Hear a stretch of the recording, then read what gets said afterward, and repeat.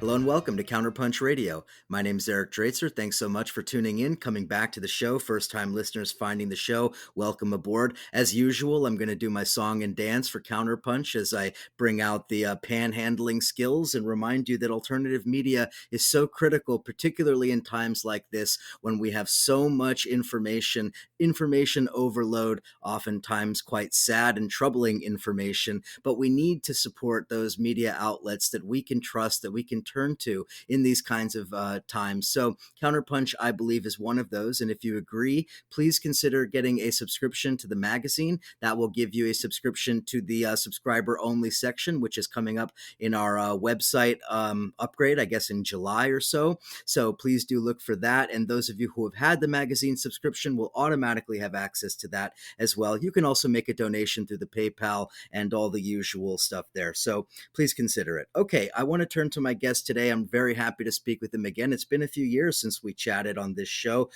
He's somebody well known to a lot of us, Richard Wolff, professor of economics. He's an author. He's a radio host.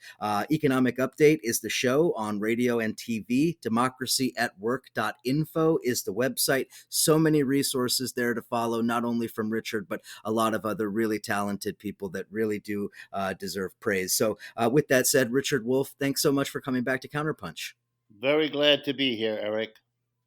So, Richard, you've been writing recently, of course, as everyone has, about the situation going on globally and from an economic perspective. And you really struck a chord with me in one of your pieces. I guess it was about a week or so ago.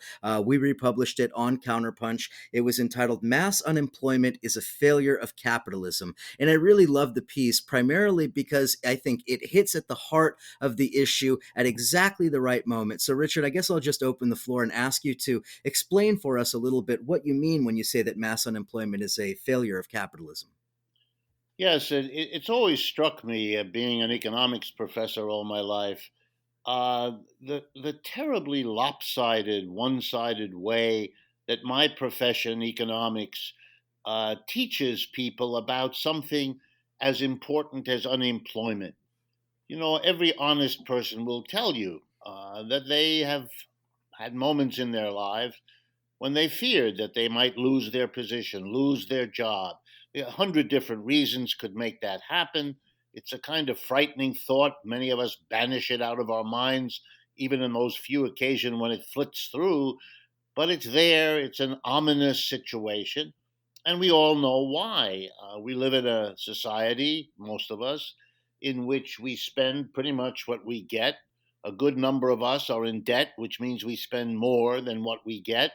And if you're in debt, and even if you're not, but especially if you are in debt, Unemployment is a terrible disaster. It means you can't pay your debts. You may not be able to hold on to the things you bought with the debt, etc., etc. So it's a very real problem, and yet it is taught in this bizarre way. And let me explain. It's treated as though it were something of a mystery that, gee, suddenly we get this situation in which a large number of people are thrown out of work. This terrible thing I just mentioned comes down on them like a ton of bricks. And we are all told, look, have some sympathy. This is a tough situation. And we are always giving it some sort of special explanation as, as though it were a kind of surprise almost. And I've always been struck how bizarre this is. We live in a capitalist system. Capitalism started in England, I don't know, 17th century. Most of us date it, and spread from there to Western Europe, North America, and eventually the whole world now. So it's had 3 or 4 centuries to really show what it is. And across that time, on average, wherever capitalism has settled in as a dominant system, there's a business cycle, a downturn, a recession, a depression, a crash. We have a lot of words because this is so recurring every 4 to 7 years. To be surprised by something which for centuries has recurred every few years is itself what is surprising. Look, let's take the moment right now. Here we are in the year 2020. Let's see. American capitalism has had 3 crashes in 20 years: the dot com crisis in 2000, the subprime mortgage crisis in 2008, and now the coronavirus crisis in 2020. Oh, look, 3 in the 20 years of this new century. That works out to a little under, 7 years between them. So it is a recurring problem, and it is a failure of capitalism because everyone, I think, can understand by keeping it really simple. When people are unemployed, think of it this way: John or Mary loses her job.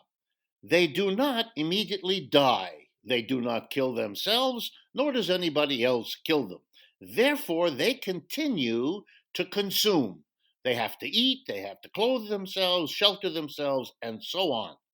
The difference between employment and unemployment then amounts to this: with unemployment, people continue to consume, but no longer to produce. If you're employed, yes, you consume, but in a sense, you replace what you consume with the fruits of your labor. Indeed, you get paid in some relationship with what it is you help to produce.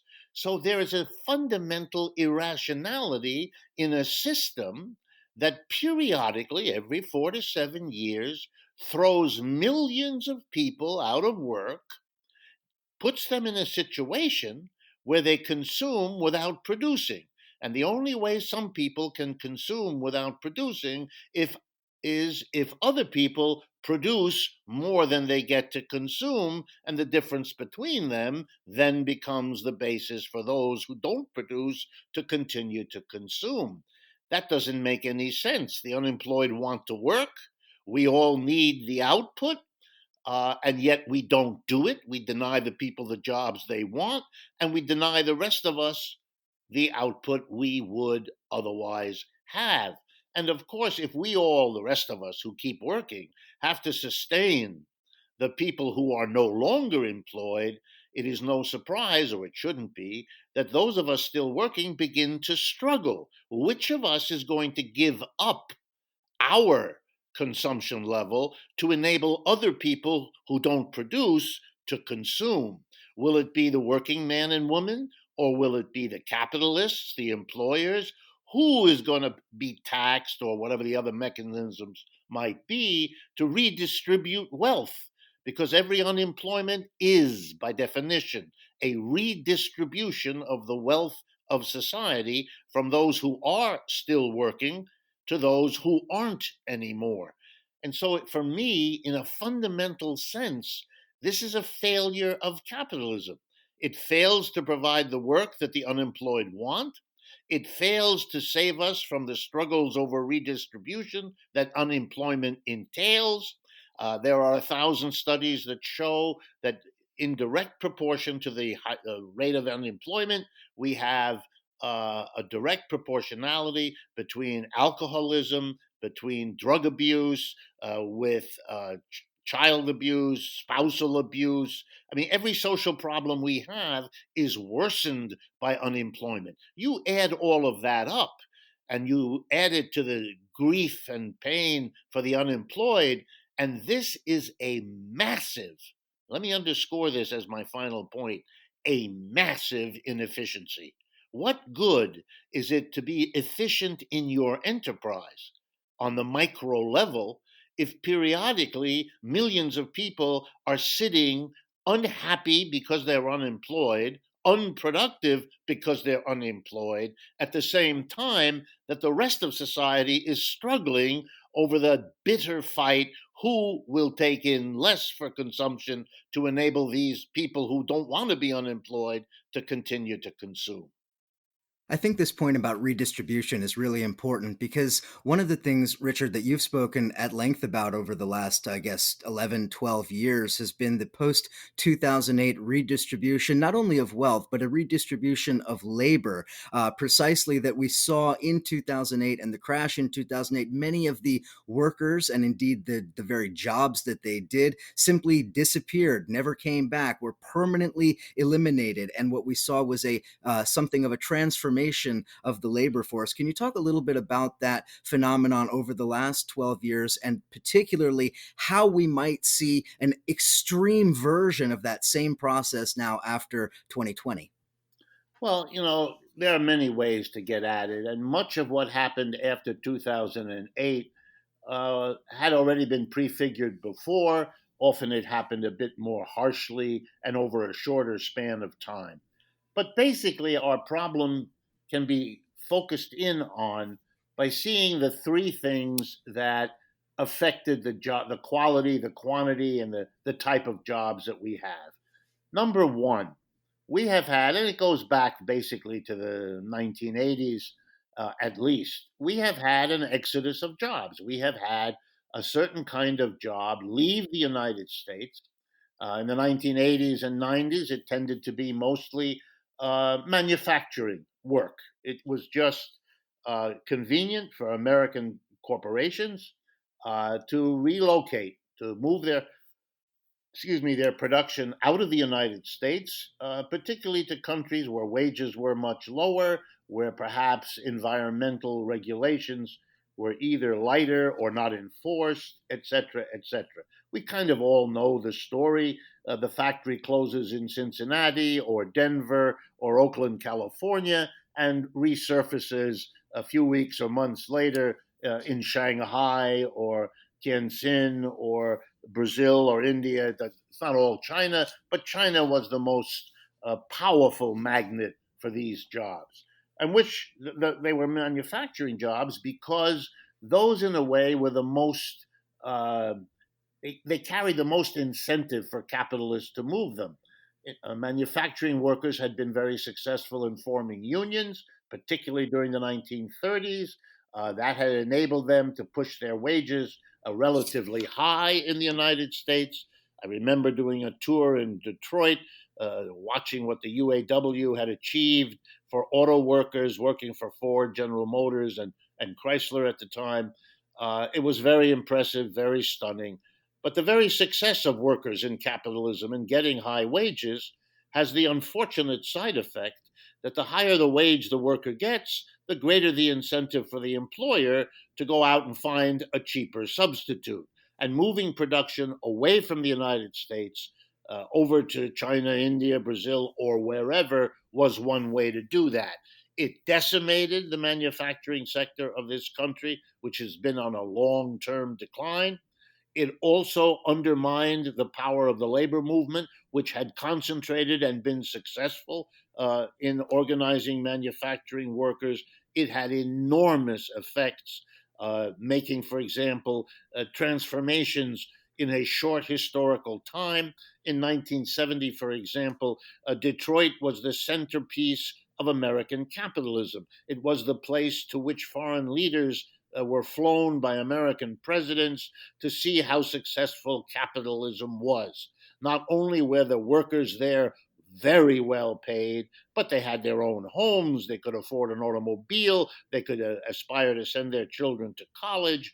All of that. Not only that, a good number of them were African American, giving at least the impression that finally the discrimination against that part of this society was somehow being alleviated.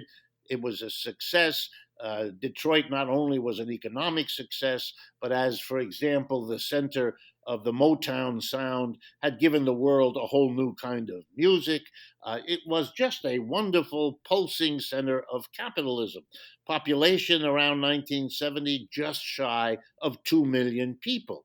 If you go to Detroit today, half of that city is a wasteland.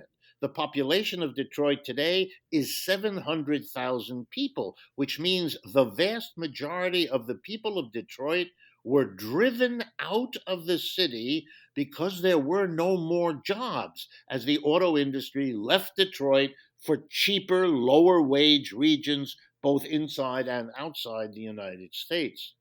The second thing that happened was technology. I mean, the computer is a very powerful thing.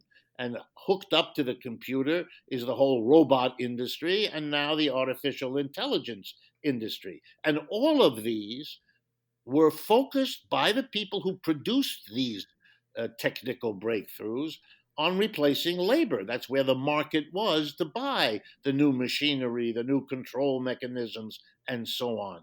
And so technological unemployment wiped out all kinds of jobs. When I was a high school student here in the United States, I had good summer jobs being an inventory boy in a supermarket, keeping track of how many boxes of cereals flew off the shelf and informing my boss about when you needed to replenish them and being sure to keep on top. All of that is now done by the computer who scans everything that is sold in the restaurant and automatically lets the wholesaler know when another shipment of cereal boxes is needed at the store. Thousands, millions of people lost their jobs. If they didn't lose it to the relocation and export of work, then they lost it to technology. The third one was, of course, also the problem that if there is a kind of job where you want a cheaper worker, but it isn't possible to go to where the cheaper worker is, well, then you bring the cheaper worker here. And we've had these waves of immigration. They're as old as the United States as a country, but in the last 20 years, they also exploded, bringing in people willing to work for less at the jobs that couldn't be, exported out. So if you put all those three together, export of jobs, import of immigrants, and technical change, you've decimated an entire generation. Jobs have disappeared. The glib promises that the latest economic downturn would quickly be over and we would be, quote unquote, back to normal, the kinds of things you hear today, they were always, I'll be polite, misleading in the impression they were designed to leave on people to reassure them about something that they would think might happen but never did. Indeed. And one of the things that you also point out that I really appreciate is kind of the fundamental dishonesty in thinking about unemployment and employment in the post 2008 period, where, you may have a job that gets eliminated and that worker who had one job is now forced into two part-time jobs, a net gain of one job for the economy, but a net loss to the real economy and certainly to the individual. And that multiplied by millions, this kind of transformation of the economy, I think that's at least partially what's given rise to the gig economy, the Uberization of the economic situation, particularly for younger people. Just wanted to get you to speak to that a little bit. Yeah, the disappearance of all the old, let's call them, all the old jobs through the mechanisms I described gave a whole new generation a sense that the jobs their parents had had and that often their grandparents had were now no longer available. A whole new way of thinking. And sure, in our society, we have to be upbeat. The system's survival depends upon it. So instead of seeing the insecurity of modern jobs as what it is, which is a loss of the security we once had, we try to glorify or romanticize it by the sharing economy, the gig economy, all of that. Look at the freedom you'll have, et cetera, et cetera. This is an attempt to put lipstick on a pig. It's a disaster. You don't want to face it. It is hard to face. And so, yes, you replace it with entrepreneurship and startup culture and ideologies of the gig and the sharing economy. We're now going to be somehow more efficient. It's mostly BS. It is a covering over a downward adjustment of the population. It's a little bit like saying you can't afford hamburgers anymore, so we're going to go back to what poor people have always relied on with and give you grain. But we're not going to call it grain. We're going to call it hamburger helper. Okay, I get it. I understand what you're trying to do, but any honest appraisal understands you went from meat and protein to grain, and that's the behavior of people who can't afford the meat. One of the things that you highlight is the irrationality of capitalism and some of its fundamental flaws. And I'd like to just ask you, in the time of COVID, of this pandemic, surely that irrationality is being laid bare. I mean, we see it just in the fact that, you know, Bernie Sanders, when he was running, he was always talking about the richest country in the history of the world, he would always say. And I go to the store and I can't get toilet paper in this situation. So we have a global supply chain crisis, of course, but really it's a crisis of global capitalism, isn't it? Yeah, I think for me, for example, I find it offensive that the three crashes that I've been talking about with you, the one in 2000, again, the one in 2008, and now this one, are always given the name of the event that triggered them. Again, notice it's a kind of amnesia. We have had crisis every 4 to 7 years. If it isn't a virus, then it's too high prices in stocks or whatever else. Let's remember, in 2000, the crash was attributed to the so called dot com industry. A set of companies were getting fantastic prices for their shares on the stock market, even though they had never earned a nickel in profit and said they wouldn't for years into the future. And so we call it a crisis of the dot com, as if that's the cause instead of the capitalist system.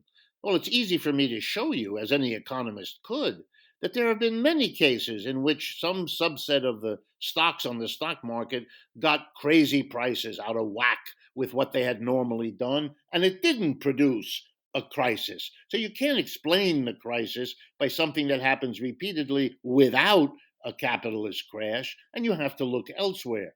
Ditto, in 2008, what do we have? A sizable group of people who had taken out mortgages which they could not afford. To imagine that this is the first time this has happened in the United States requires that you know very little about our history.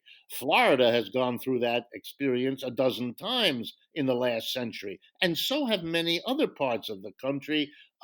This is not a normal, regular cause of crisis. It is what was the trigger, but it was not the cause, and those things are different. And likewise, if we hadn't had the coronavirus, I can assure you that the financial press of the United States for the last 3 years has been sounding the alarm that since those folks know very well about the 4 to 7 year average, we were due for a downturn. That it happened to be the virus that did it should not make people feel, even though, of course, the politicians in government want us to feel that it's not the system that's at fault, and it's certainly not their stewardship that's at fault. It's rather, and then they point to some external trigger device. That's pure political buck passing, and really not much else. As to the irrationality, I think here's another way to get at it. Um, there is nothing written in any holy book that I'm aware of, not the Bible, not the Quran, nothing, that says that if an employer has difficulty selling his or her product, that the logical and necessary thing to do is to fire people. Capitalism does that, but there's no need to do that. Let me explain. If you only need half the number of workers that you used to, either because you have a new machine and you don't need them, or people don't want to buy whatever it is you produce, you have a choice to make. You could either fire half your workers, handle the problem that way, or you could fire nobody and give everybody half the amount of time per week to work. Either way, you would have reduced the labor hours. But in the first case, you create unemployment. In the second case, you don't. I know why employers choose. They choose because when you fire a worker, you don't have to pay him anything. Whereas if you keep the worker on half time, well, then you'd have to pay him. But of course, you're only paying your workers for half the time, which is about the same of what you would have paid if you had fired half and kept the others at full time. So the question becomes, and it's a real question of economics, why are we always seeing one, not the other? Why don't we see large numbers of people not unemployed? And by the way, in case you're wondering, is this a pure economic exercise or an academic exercise? It isn't. Most of Western Europe, right now, as we're speaking, chose to do a stimulus which keeps workers employed. Basically, the government comes in and pays 60, 70, 80, even 90% of the wage so that the worker stays employed, is not unemployed. But maybe the best way to show you the irrationality of capitalism is the following. Worker gets unemployed. Here in the United States, at least since in the middle of the 1930s, we have an unemployment compensation system. So what we do is we let the private employer fire workers. Right now, 30 million, maybe more. And then the government picks up a portion of what used to be paid to that worker and pays him or her unemployment insurance. Now, every person, every child could tell you in 5 minutes, if they were allowed just to think out loud, that it would be much better to keep those people employed than to have them unemployed. For a little bit more than unemployment pays them, you could keep them at the salary they had before.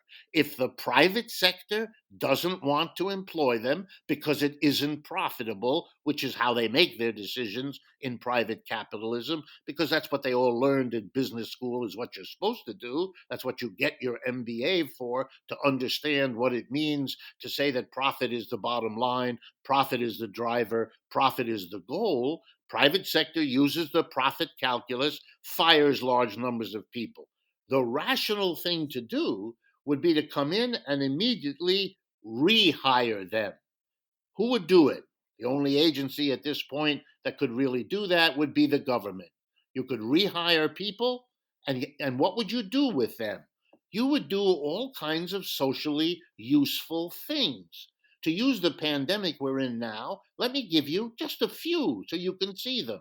Number one, as I'm speaking to you, less than 3% of the American population, we're a country of 325 odd million people, less than 3% of them have been tested for the coronavirus.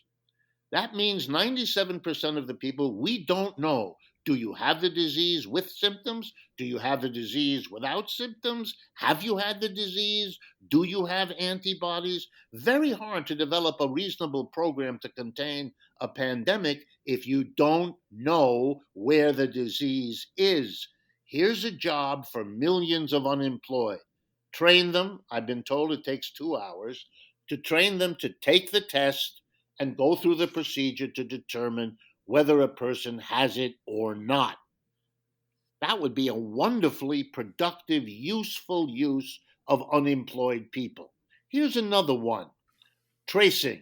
Find out who the people who have the disease, who they've been with over the last 3 or 4 days, or maybe a week or two. It's done in other countries with very good effect because it allows a focus on the contacts a sick person has, and that's a way of trapping and treating the disease that's much more efficient than waiting for symptoms to show up and for the person with or without symptoms to get tested on his or her own initiative. That would absorb millions of people. But why stop there?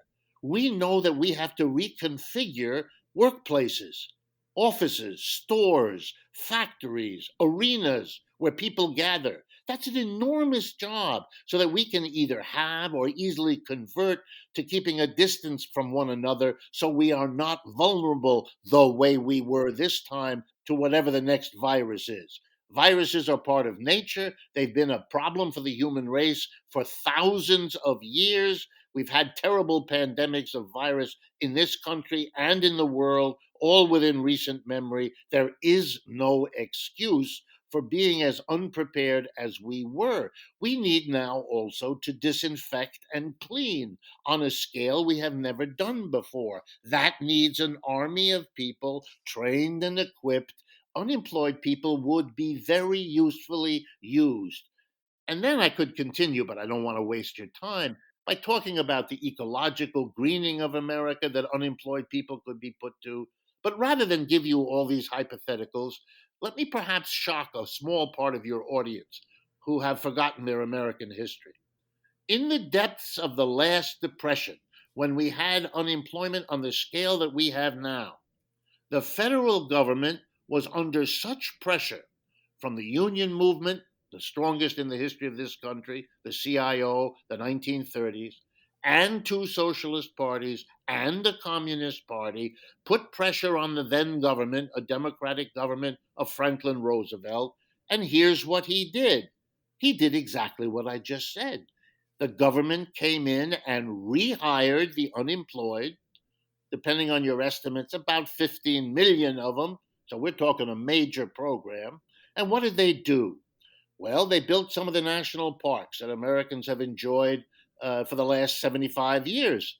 An incredibly powerful, meaningful social contribution. They did the first environmental work, the Civilian Conservation Corps. They used their imagination to have unemployed people get a job doing something that was remarkable. The WPA, artists, singers, painters, poets, getting together, paid by the government to travel across the United States, bringing cultural activity to every community, particularly small and medium communities who had never seen such thing before in their lives. What a creative way to make something good rather than what we're doing now. 30 million people unemployed, feeling cast out by this society, feeling unwanted, losing whatever self esteem they had managed to develop in their lives, feeling very bad, being a problem for their families, even before you had to be locked down and kept in a small space, getting into the wrong kind of activity out of a mixture of anxiety and boredom and psychological depression. Unemployment is a dead weight loss for society. And a society like ours that does it on a scale we're currently doing, that is for me a sign that capitalism as a system is no longer deserving of our loyalty or support because it's not working for the overwhelming majority of the people. Well, that's very well said, and not much more to say to that. Plenty more that we could talk about, but we're out of time. Richard Wolff, thank you again for coming back to Counterpunch Radio. Richard Wolff, professor of economics. Economic Update is the show. Democracyatwork.info is the website. Follow all of the work there. Richard, thanks again for coming back to the show. My pleasure, Eric, and thank you and Counterpunch for the enormously important work you're doing. Thank you as always, and thank you, listeners. We'll chat again next week.